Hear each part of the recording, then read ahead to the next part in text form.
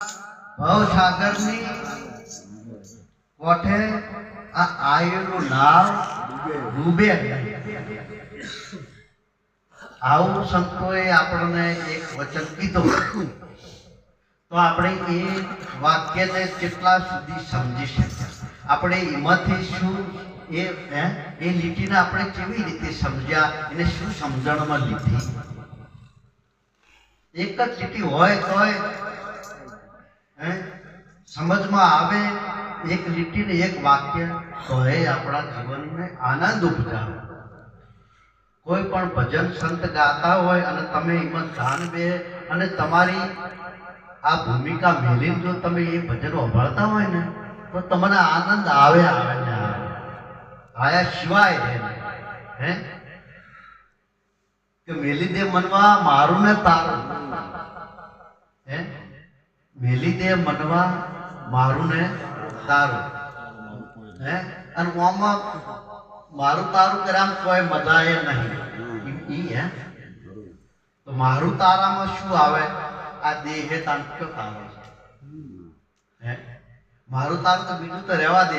હમણાં હાલ હોય પણ ઓની નોટ આપણે મેલ ને ઓની નોટ પડી હોય ને પછી કોઈ ખબર ના પડે, ઘડીક લઈને આપણે અહીંયા ઓની નોટ કોકની પડી ગઈ એ બધા હોવાના કિંમત ફેંકે એમ થાય કે મારી નહીં હોય મારી નહીં હોય તા બોલો થાય કે ના થાય? આ એક તમે પોતે વિચારી એમ અહીંયા અસર કરે, અસર કેટલા સુધી કરે છે એ અસર ને જુઓ.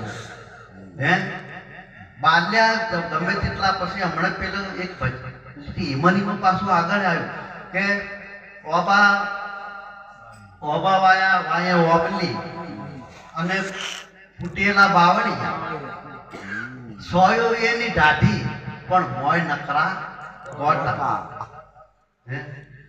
ગુરુ મહારાજ તમને બોધ આપે, ગુરુ મહારાજના ચરણે તમે જો એટલે બોલો એને તો ઓબા વાય કે કોઈ હે ગુરુ મહારાજ તમને બધું પૂર્ણ કરી આલે કે તમે તન મન ધન ગુરુને અર્પણ કરો, ચોરી જારી મોજ દારૂ જુગાર આ બધી બધીઓ પરે કરો.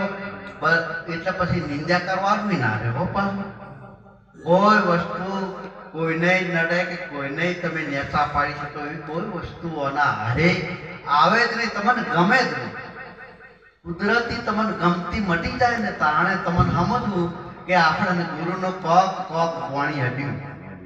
હે એ જ લાજો ન કે પથરાના ઢાળીએ કરે હેડ હેડ કરે પાણી હેડ તો થોડો તો ભેદ આવે.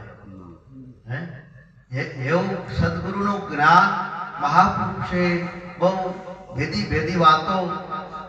હે સદગુરુ મહારાજ તો ઓબા અને હે ઓબા વાય તો એનો ફળ જેવો હોય મીઠા હોય, પણ એ ઓબા વાયા એનું સિંચન કરવું પડે.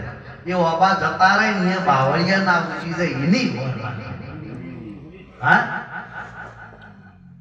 ઓબા તો વાગ્યા લે, ગુરુ મહારાજ વાગ્યા લે, તમારે સેવવાના તમારે એને ખોદ કરવો પડે. ઉદેવ ના લાગી જાય તો એની ઓર રાખવી પડે. હે ઊંટિયા આવી પટ્ટી ના નોકી તે વાળીઓ કરવી પડે.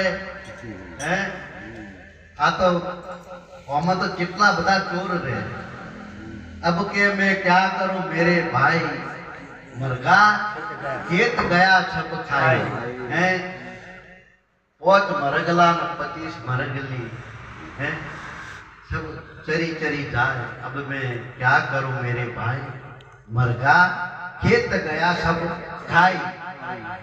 એટલે આ વાની ચોકી ગુરુ વચનની રાખવા માટે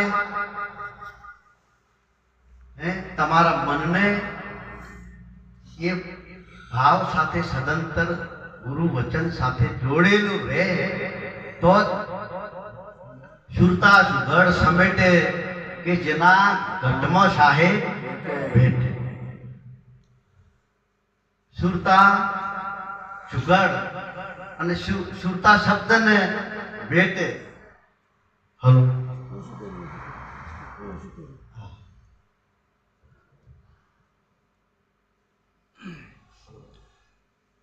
સદગુરુ વચનના તમે થાઓ અધિકારી પાનબાઈ. આવું ગંગા સતી પાનબાઈને સમજાય. ગંગા સતી એ અભણ હતા, ભણેલા નતા, તોય એમને